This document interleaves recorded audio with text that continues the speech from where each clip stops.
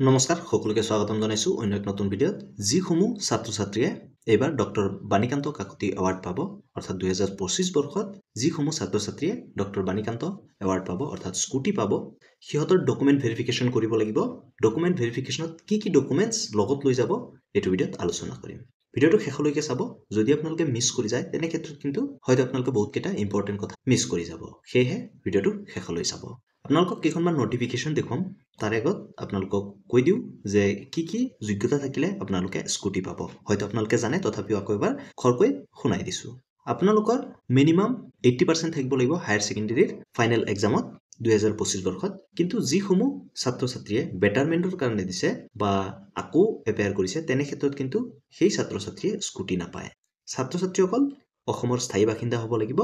আৰু যিসমূহ ছাত্ৰ অসমৰ বাহিৰত এডমিশ্যন লৈছে সিহঁতে এখন ভ্যালিড পিআৰসি দিব লাগিব অৰ্থাৎ পিআৰসি সাৰ্টিফিকেট জমা দিব লাগিব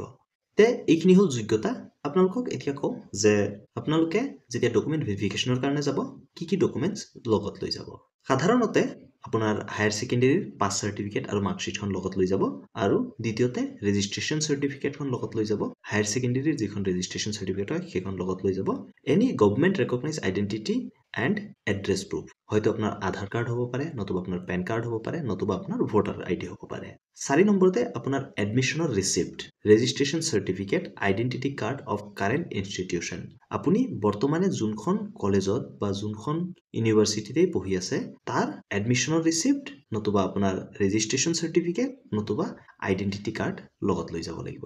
আৰু এটা খুব ইম্পৰ্টেণ্ট ডকুমেণ্ট যিটো হ'ল certificate from the head of the institute currently enrolled stating that he is a student of institution and the girl student has not availed the benefit of Mukhyamantri Nijut Moina scheme যিসমূহ ছাত্ৰীয়ে মুখ্যমন্ত্ৰী নিযুত মইনা আঁচনিৰ ধন পাই আছে সিহঁতে কিন্তু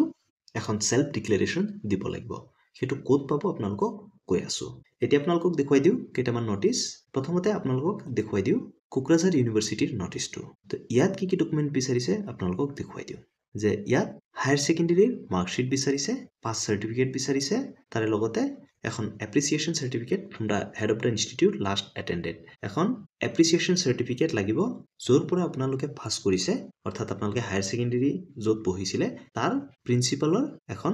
appreciation certificate লাগিব লগতে আপোনাৰ আধাৰ কাৰ্ড লৈ যাব লাগিব admission receipt of current enrolled course আপোনালোকৰ বৰ্তমানে যোনখন কলেজতে এডমিশ্যন লৈছে বা ইউনিভাৰ্চিটিতে এডমিশ্যন লৈছে তাৰে এডমিশ্যন ৰিচিপ্টটো লাগিব 5 নম্বৰতে reading continuation certificate from current enrol institution অৰ্থাৎ এটোৱে কৈছে যে এখন বনফাইড সাৰ্টিফিকেট য'ত আপোনালোকে পঢ়ি আছে সেই কলেজৰে বা সেই ইউনিভাৰ্চিটিৰে এখন বৰ্তমানে পঢ়ি থকা সাৰ্টিফিকেট দিব লাগিব 6 নম্বৰত কৈছে copy of course registration examination form fill up আপোনাৰ কোৰ্স ৰেজিষ্ট্ৰেশ্যন বা এক্সামিনেশ্যনৰ ফৰ্ম ফিল আপৰ এখন কপি লাগিব যেনে ধৰি লওক আপুনি এতিয়া কলেজত পঢ়ি আছে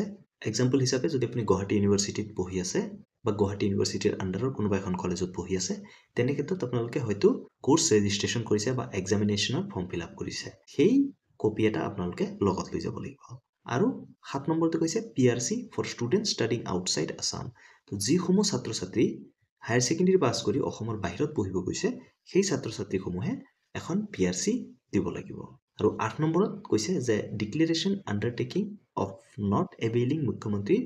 নিযুত মইনা আঁচনি 2025 অনলি ফৰ ফিমেল বেনিফিচিয়াৰিজ তো ইয়াত কৈছে যে সেইসমূহ ছাত্ৰ ছাত্ৰী যিসকলে স্কুটি পাব বা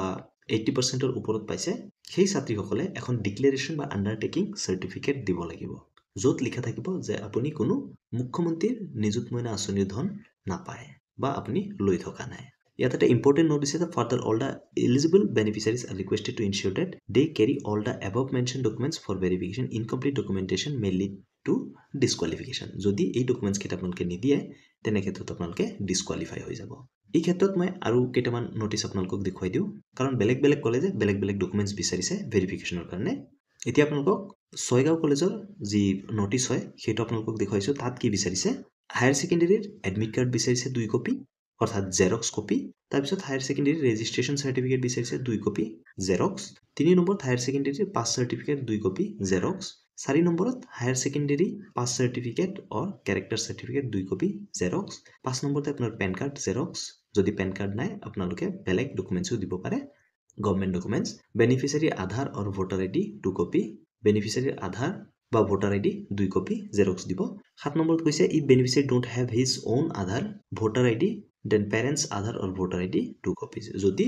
বেনিফিচিয়াৰীজনৰ নিজৰ আধাৰ বা ভোটাৰ আইডি নাই তেনে ক্ষেত্ৰত পেৰেণ্টছৰ অৰ্থাৎ মাৰ বা দেউতাৰ ভোটাৰ আইডি 2 কপি জেৰক্স দিব লাগিব 8 নম্বৰতে কৈছে beneficiary passport size photo 2 copy কেণ্ডিডেটজনৰ 2 কপি পাছপোৰ্ট সাইজ ফটো লাগিব 9 নম্বৰত কৈছে ওৱান ষ্টিক ফাইল কম্পালসৰি এটা ষ্টিক ফাইল কম্পালসৰি হয় আপোনালোকে লগত লৈ যাব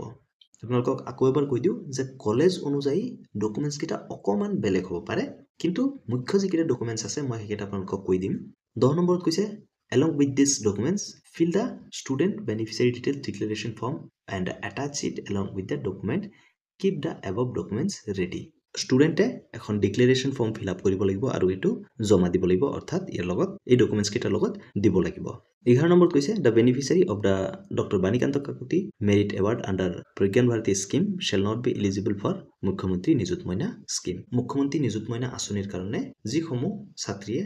স্কুটি পাব হিহত এলিজিবল নহব আকৌ ইয়াত ইম্পৰ্টেন্ট নোট কি দিছে দা এৱাৰ্ডি ষ্টুডেন্ট মাষ্ট কাম ফৰ ভেৰিফিকেশন যোনজন ছাত্ৰ বা ছাত্ৰীয়ে স্কুটি পাব ভেৰিফিকেশনৰ কাৰণে কম্পালসৰি আহিবই লাগিব দ্বিতীয়তে কৈছে the original document must be produced original documents খিনি দেখুৱাবই লাগিব 3 নম্বৰত কৈছে ID card or admission receipt of the present study institution must be produced in original আপোনাৰ আইডি কাৰ্ড নতুবা আপোনাৰ এডমিশন ৰিসিপ্ট যোনখন কলেজত বৰ্তমানে আপুনি পঢ়ি আছে তাৰে দেখুৱাবই লাগিব আৰু অৰিজিনাল কপি আনিব লাগিব 4 নম্বৰত কৈছে students are asked to produce a certificate from their respective institution that they are not availing মুখ্যমন্ত্ৰী নিযুত মইনা স্কিম তো আপোনালোকে ইয়াত চাব পাৰে যে আগত যেটো দেখা পাইছে আপোনালোকে সেলফ ডিক্লেৰেশন লাগে যে আপুনি নিযুত মইনা আঁচনিৰ কাৰণে যে আপুনি নিযুত মইনা আঁচনিৰ ধন লাভ কৰি থকা নাই ইয়াত কৈছে কি আপুনি এখন সাৰ্টিফিকেট দিব লাগিব য'ত আপোনালোকে পঢ়ি আছে সেই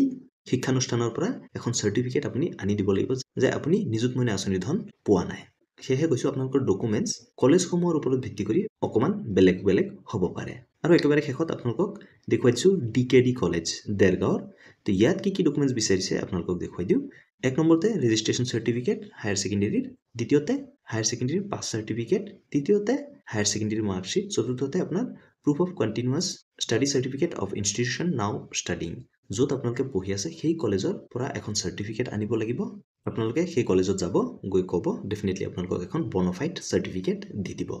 5 নম্বৰতে কৈছে self declaration of not availing fund under Nijut Moina scheme self ডিক্লেৰেশন এখন দিব লাগিব আপোনালোকে আৰু সেলফ ডিক্লেৰেশনটো এনেকুৱা লিখা থাকিব লাগিব যে আপুনি নিযুত মইনা আঁচনিৰ ধন পাই থকা নাই যেতিয়া আপোনালোকে যাব কলেজত হয়তো হিহতে আপোনালোকক এখন ফৰ্ম দিব তো তাত আপোনালোকে সিগনেচাৰ কৰি জমা দি দিব লাগিব বা যদি হিহতে কয় যে আপুনি বৰ্তমানে পঢ়ি থকা কলেজৰ প্ৰিন্সিপালৰ সিল আনিব লাগিব তেনে ক্ষেত্ৰত আপোনালোকে সেই কলেজৰ পৰা এটেস্টেড কৰাই সেই কপিটো জমা দিব লাগিব আশা কৰো আপোনালোকক বুজাই দিব পাৰিলো আগন্তুক আপডেটবিলাক পাই থাকিবলৈ এই চেনেলটো সাবস্ক্ৰাইব কৰিবলৈ নাপাহৰিব ধন্যবাদ জয় আই